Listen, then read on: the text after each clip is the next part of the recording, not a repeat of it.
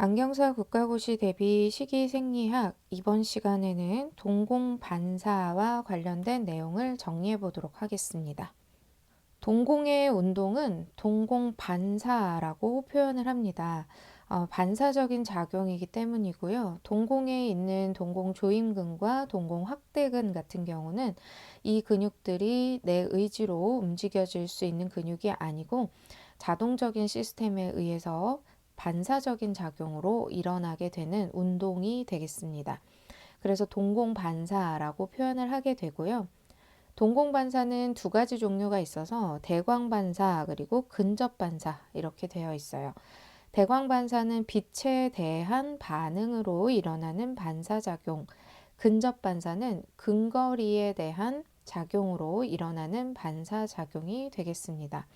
그래서 빛에 대한 반응으로 그리고 근거리에 대한 자극으로 인해서 축동과 산동이 일어나는 과정을 동공반사 과정이라고 볼 수 있겠습니다.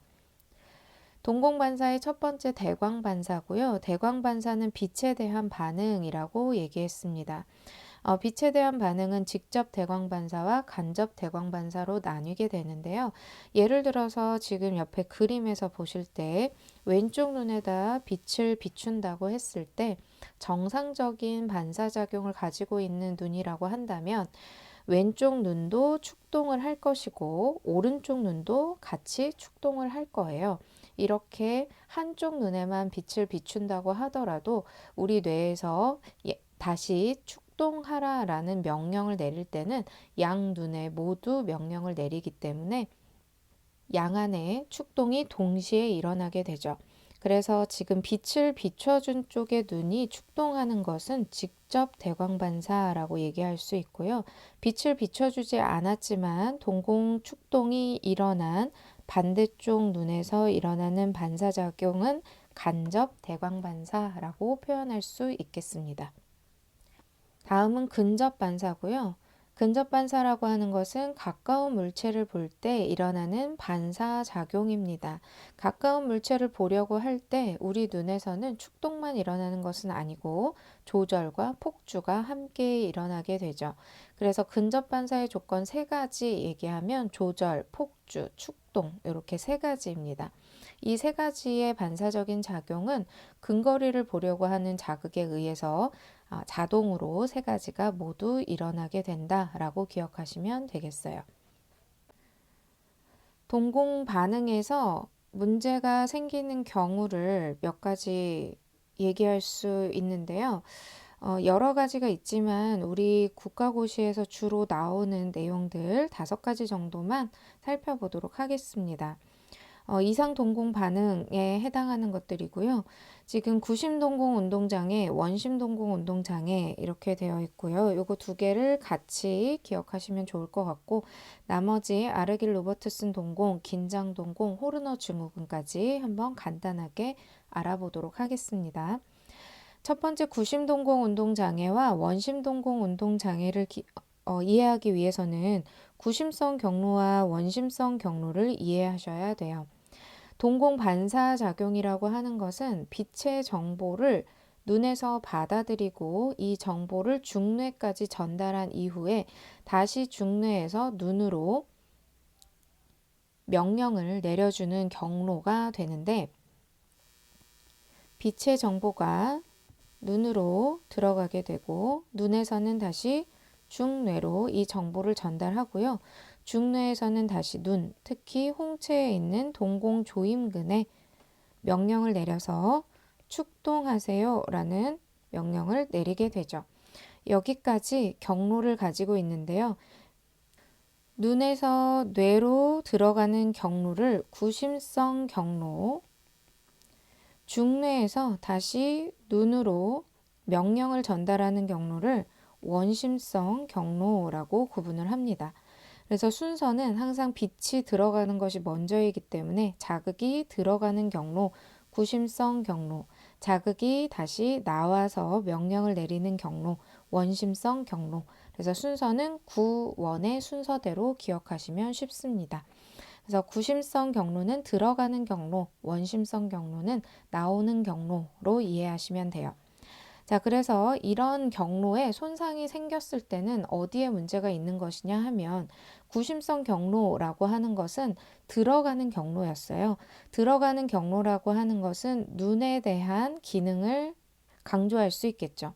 한쪽 눈에 망막 질환이나 시신경 질환이 있을 경우에 빛에 대한 자극이 있다고 하더라도 이 빛의 정보가 뇌까지 들어가지 못하기 때문에 축동이라고 하는 운동을 일으킬 수 없게 되는 겁니다. 그래서 구심동공 운동 장애가 생겨나는데, 예를 들어서 지금 왼쪽 눈이 질환이 있는 눈이라고 가정을 해보고 간단하게 시뮬레이션을 해볼게요. 자, 왼쪽 눈이 이상이 있는 눈이고 왼쪽 눈에 망막에 이상이 있다라고 가정을 하고요.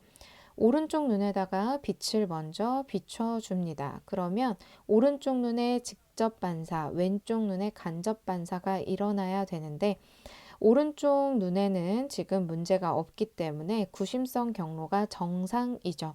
오른쪽 눈의 구심성 경로가 정상이기 때문에 중뇌로 들어가는 경로가 정상적으로 일어나게 됩니다.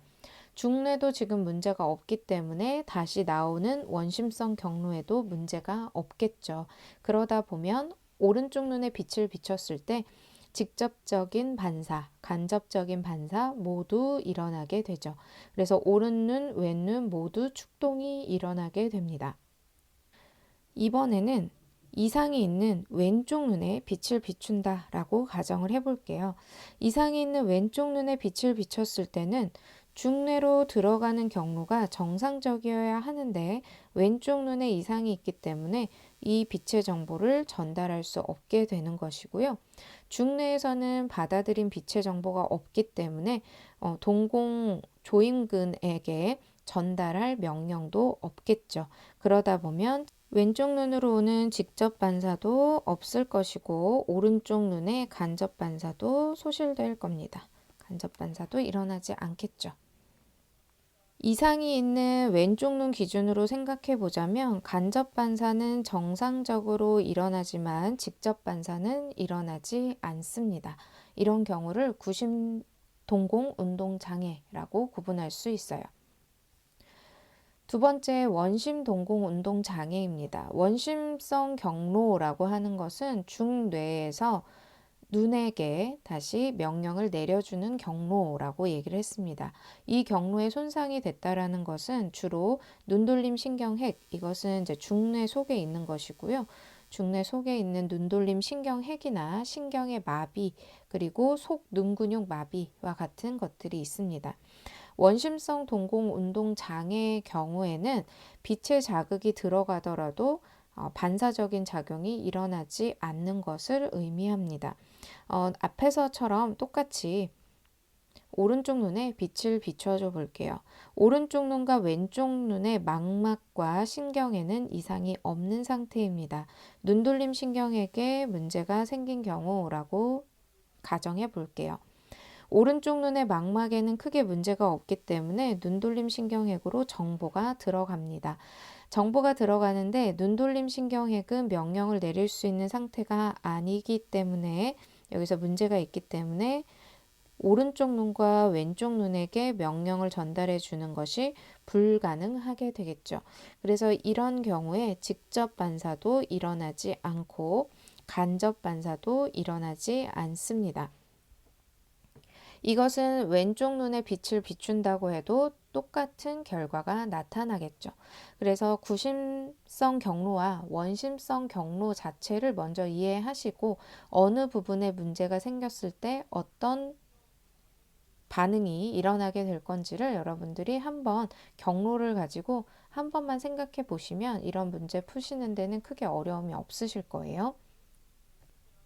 자, 다음 아르겔 로버트슨 동공, 긴장 동공, 호르너 증후군 같은 경우는 키워드를 가지고 기억하시면 쉬워집니다. 아르겔 로버트슨 동공 같은 경우는 동공 반사로의 손상입니다. 신경 매독에 의한 손상이 있고요. 지금 동공 축소된 상태라고 적혀 있습니다. 항상 동공이 작아져 있는 상태, 그래서 축동 상태를 아르길 로버트슨 동공에서 기억하시면 되겠습니다. 산동제를 저만하더라도 반응이 없는 특징을 가지고 있습니다. 다음은 긴장동공이고요. 긴장동공에서 이상안의 대광반사가 약하고 근접반사가 매우 느리다라고 되어 있는데 긴장동공의 경우 주로 근접반사는 가능하고 대광반사가 불가능하다라는 의미로도 표현이 됩니다. 긴장동공은 20대에서 40대 정도 되는 여성에게 흔하게 나타나고요. 0.125%의 필로카르핀을 점안하면 수축한다라고 되어 있는데 기본적으로 축동이 안 되는 특징을 가지고 있습니다. 그래서 산동 상태라고 기억하시면 편하실 것 같아요. 긴장동공의 경우는 부교감 신경의 장애입니다. 부교감 신경의 장애가 있는데 부교감 신경의 기능을 생각해 보시면 돼요.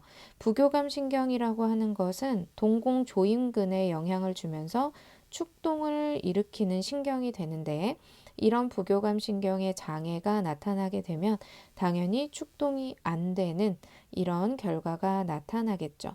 그래서 긴장동공은 부교감 신경 장애, 축동이 되지 않으니까 산동 상태라고 이해하시면 쉽게 기억하실 수 있을 거예요. 마지막으로는 호르너 증후군이고요. 호르너 증후군 같은 경우는 앞에 봤던 긴장동공과 반대로 교감신경의 마비입니다. 교감신경이 하는 일을 생각해 보시면 돼요. 교감신경은 동공에서는 동공 확대근을 수축시키기 때문에 산동이라고 하는 운동이 일어나게 되죠.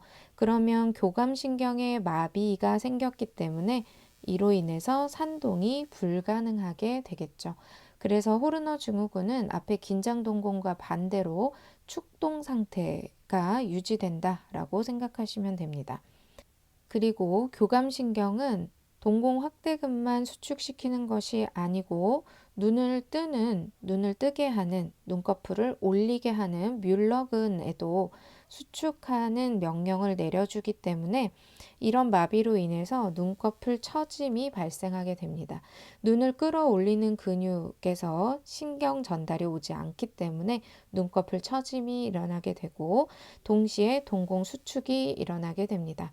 그리고 이상이 있는 쪽에 얼굴 부분에 땀 없음증이 함께 나타나게 됩니다. 그래서 호르너 증후군에서는 요 큰 특징들 기억하시면 되겠습니다. 자, 이상 동공 반응의 대표적인 5가지 살펴봤고요. 간단하게 키워드로 정리해 보겠습니다. 구심 동공 운동 장애는 정보가 들어가는 경로에 문제가 생깁니다. 그래서 주로 눈, 그러니까 망막이나 또 시신경 부분에 문제가 생겼을 때는 구심동공 운동 장애에 해당한다라고 볼 수 있고요. 원심동공 운동 장애의 경우는 제대로 받아들인 빛의 정보를 중뇌에서 다시 명령을 내려줘야 되는데 이 나오는 경로에 문제가 생긴 경우를 얘기합니다. 그래서 중뇌에 있는 신경, 이런 부분에 문제가 생긴 경우를 원심동공 운동 장애라고 표현할 수 있습니다. 그래서 원심동공 운동 장애의 경우는 간접반사와 직접반사 모두가 없어지는, 모두 소실되는 이런 결과를 가져오게 되죠. 아르길 로버트슨 동공과 호르너 증후군의 경우는 기본 상태가 축동되어 있는 상태, 그러니까 산동이 불가능한 상태로 기억하시면 되고요. 긴장 동공의 경우는 반대인 상태죠. 그래서 산동 상태가 유지되고 있어서 오히려 축동이 안 되는 경우를 구분하시면 되겠습니다. 그리고 마지막에 있는 긴장 동공과 호르너 증후군 같은 경우는 다시 묶어서 얘기하면 이것은 자율신경의 장애입니다. 자율신경이라고 하는 건 교감신경과 부교감신경인데 긴장동공 같은 경우는 부교감신경의 장애이기 때문에 부교감신경 장애이기 때문에 축동하는 이런 근육에 문제가 축동하는 이 신경에 문제가 생긴 거죠. 그래서 축동을 못하니까 산동 상태로 되어 있는 것이고요. 호르너 증후군 같은 경우는 반대로 교감신경에 문제가 있는데 교감신경이라고 하는 건 산동할 수 있는 신경이죠. 그래서 산동이 안 되기 때문에 호르너 증후군은 축동 상태를 유지하고 있습니다. 다른 기본적인 중요한 내용들 아시는 것도 중요하지만 여기에서 여러분들이 키워드 가지고 구분하실 수 있으면 조금 더 쉽게 접근하실 수 있을 거라고 생각이 됩니다.